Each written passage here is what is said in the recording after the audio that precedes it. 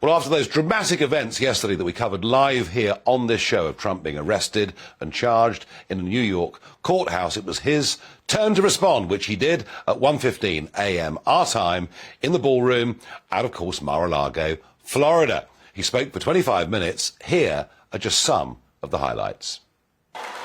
And I never thought anything like this could happen in America. Never thought it could happen.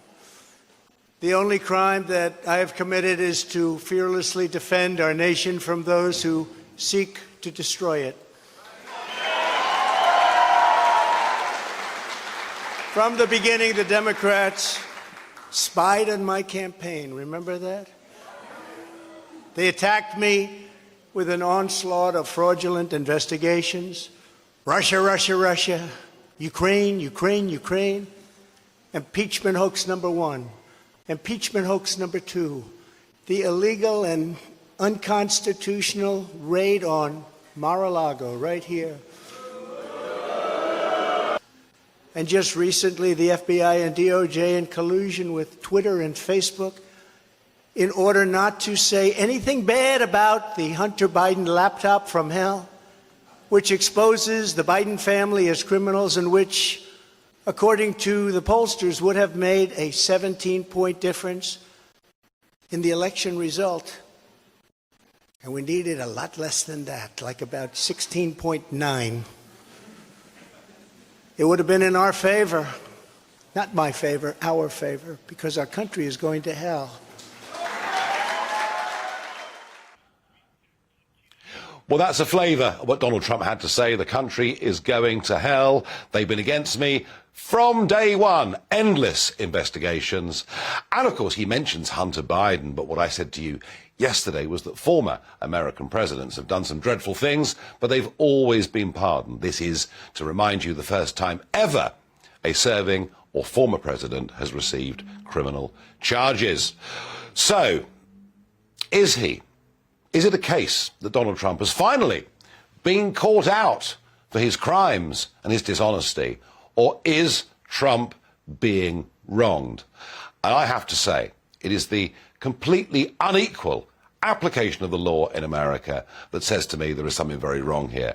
It is the fact that the prosecutor, the man himself, Alvin Bragg, in New York, was elected as a Democrat prosecutor with a promise that he would get Trump. And there are other possible indictments coming from Georgia and elsewhere, again, all from Democrats. I think the American judicial system has an absolutely fundamental flaw in it. It is massively, overly politicised. It's not serving a good purpose anymore, and I worry that people will lose complete faith, trust and confidence in it. And if they do, well, they may well then decide to take things into their own hands, which is not what we want. The reason we have democracy is so that we can agree to disagree, but to do so in a peaceful and relatively civilised environment. Certainly within the Republican Party, Trump's status has improved hugely. He was marginally ahead of Ron DeSantis in the polls for who should be the next presidential candidate. He is now miles ahead of Ron DeSantis and anybody else that could potentially enter this race.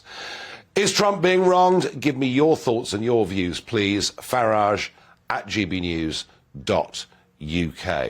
And we're going to have on, over the course of this programme, we're going to have on people, we're going to have on lawyers, we're going to have on commentators.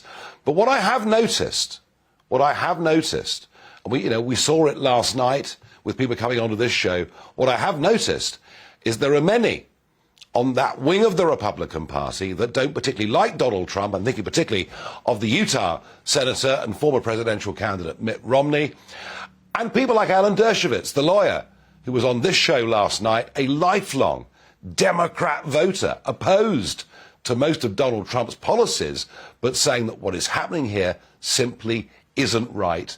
It's not within the spirit of the American Constitution. It doesn't observe due process, and that it's a bad thing for America. And I tell you what, what's bad for America is also bad for Western civilization.